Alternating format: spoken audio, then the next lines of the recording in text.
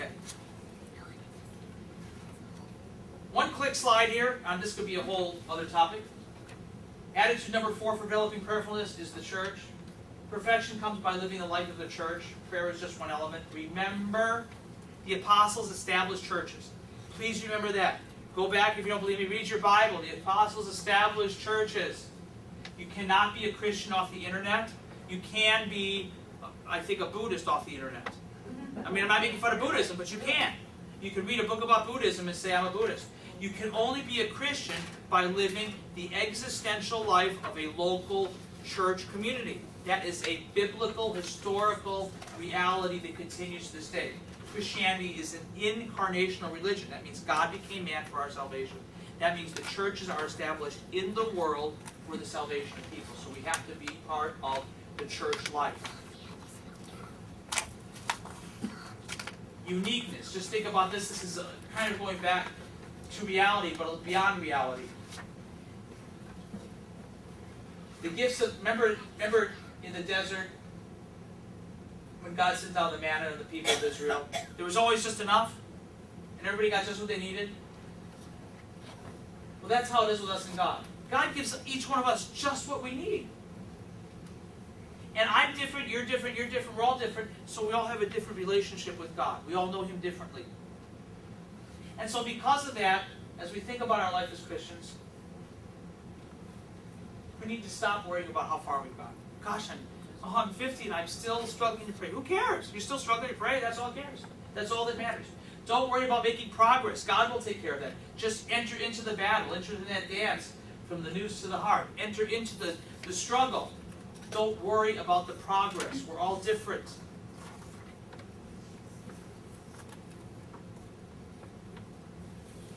Part of not worrying about the progress, part of being real is this next attitude of humility. There is no spirituality without humility. Bottom line, none whatsoever. Think about, since we have people here of various Christian backgrounds, maybe anybody here is, well, don't raise your hand, but anybody, maybe even some non-Christians thinking about becoming Christian. Think about the dialogues that Christians of various backgrounds have with each other and how polemical they are. Polemical is a neat little polite word that comes from the Greek word for war. Okay? And there's no humility. They're in each other's face. But if I sit down and say, okay, what can I learn from this person? What can I learn?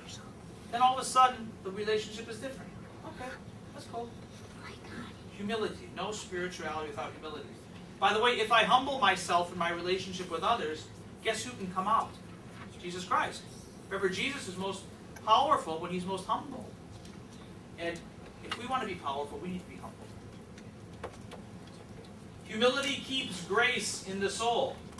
Matter of fact, without humility, we keep kicking that grace out of the soul. Get out of here. Conceit leads to spiritual dryness. And this is real important for all of us churchgoers. Remember Dana Carr being the church lady? Conceit can masquerade itself as zeal. And we have to be real careful with that. All of us. Especially those of us who are in the quote-unquote church business for a living. Conceit can masquerade itself as zeal. How to get around that? See others as wiser. What's one of the great diseases of our time? The smartest person in the whole room disease. You know, you're you're in a meeting, and there's that one guy who's got all the answers, smartest guy in the whole room, just drives you crazy. Of course, we all do that from time to time.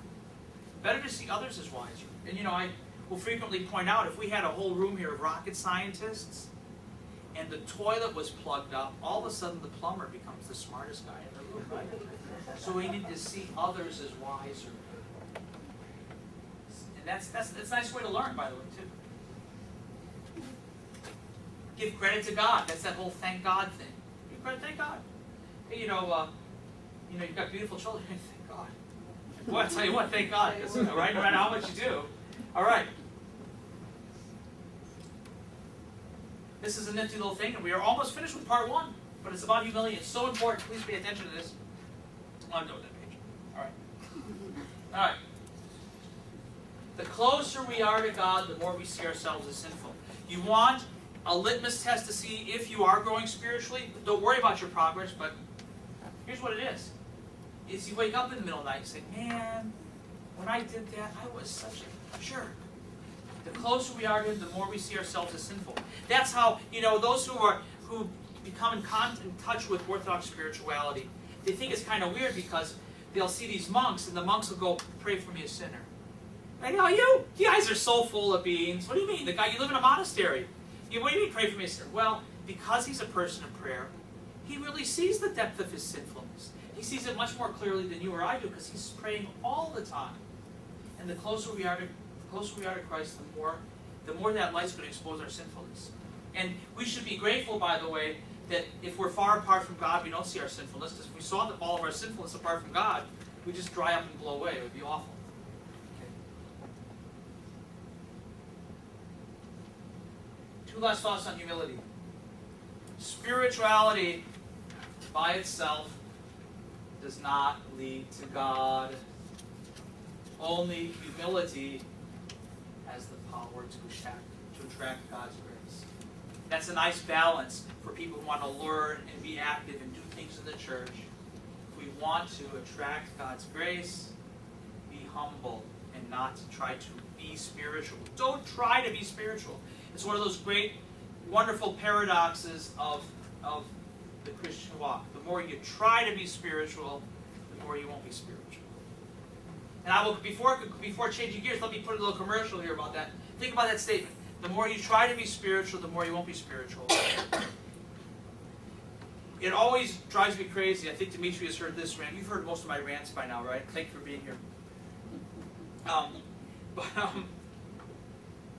It drives me crazy when I'll meet people that say, yeah, I grew up Christian, but then I went to college and I read Zen and the Art of Motorcycle Maintenance. Man, it was so heavy. Why don't we have anything like that in Christianity? And I say, well, when you were in 6th grade, we couldn't teach you about all the beautiful contradictions and depth of the faith. The idea that the more you try to be spiritual, the more you won't be spiritual. We couldn't do it to you. But now you're an adult. Let me tell you about being an adult Christian. And the paradoxes and the depth of our faith outshine every other religion that I'm familiar with. It's sublime. And you'll see these like astronomers, and they're devout agnostics because they can't reconcile their science with their religion. It's because they've got a PhD in science, but they're still in 3rd grade in religion. They need to embrace their Christianity as adults, and they see how they go together.